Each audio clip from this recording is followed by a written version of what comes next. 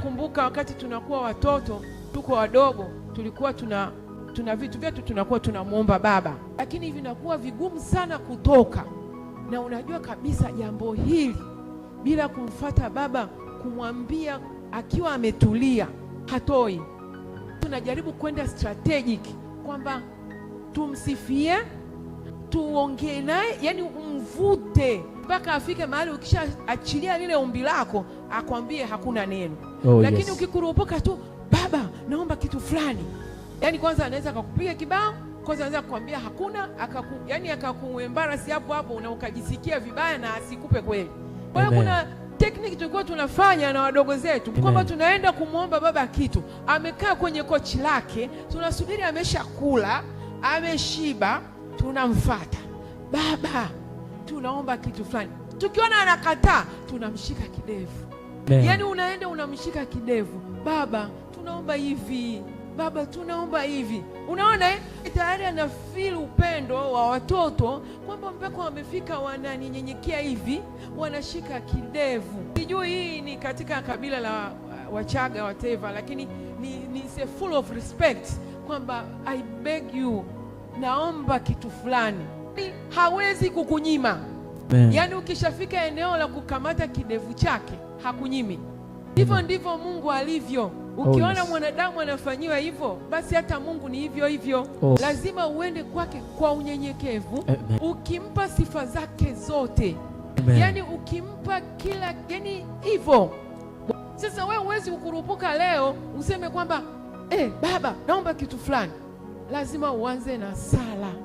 Ninakufundisha hivi uelewe kwamba maombi ni nini. Na sometimes tulifundishwa kwamba kwa walimu waliopita kwamba tunaomba kwa kukosea. Moja ya makosa haya ni kama hili. Gani unamwendea Mungu wako? Si gani unamwendea kwa kitu chako kigumu, kimekuwa kigumu, kimepita uwezo wa akili zako. Unaenda mbele zake kwa namna gani? Unaenda kwa staili gani? Unamsifu kwa staili gani? Ukifika unaombaje? Je, unaomba kwa machozi? Je, unaomba umepiga magoti? Je, unaomba umelala chini? Bwana, kuna jinsi. Sasa hiyo ndio nakueleza tofauti ya sala na maombi. Tunaingia kwenye zile aina za maombi. Aina za maombi hapa nasema ziko tatu. Kuna maombi ambayo Roho Mtakatifu mwenyewe anaombaga on behalf of you. Yani anaingilia kati, anaomba kusikoneneka, kwa kuneneka. Yani anaomba mpaka yani anawasiliana na Mungu mwenyewe. Huko nyuma tulifundisha habari za Roho Mtakatifu na tukasema kazi zake. Sasa pale unapoongea na Roho Mtakatifu, Roho Mtakatifu anapoingilia kati, ina maana kuna vitu hataki hata adui asikie. Anaingia kati kwa kuongea na Mungu direct. Bwana Yesu asifiwe. Amen. Mbele za Mungu kusiko neneka. Nisomee Warumi 8:26.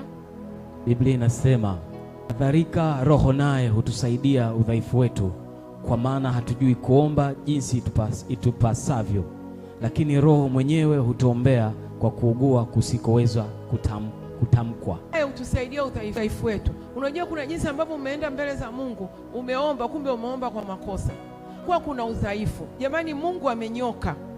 Mungu ni wa principle.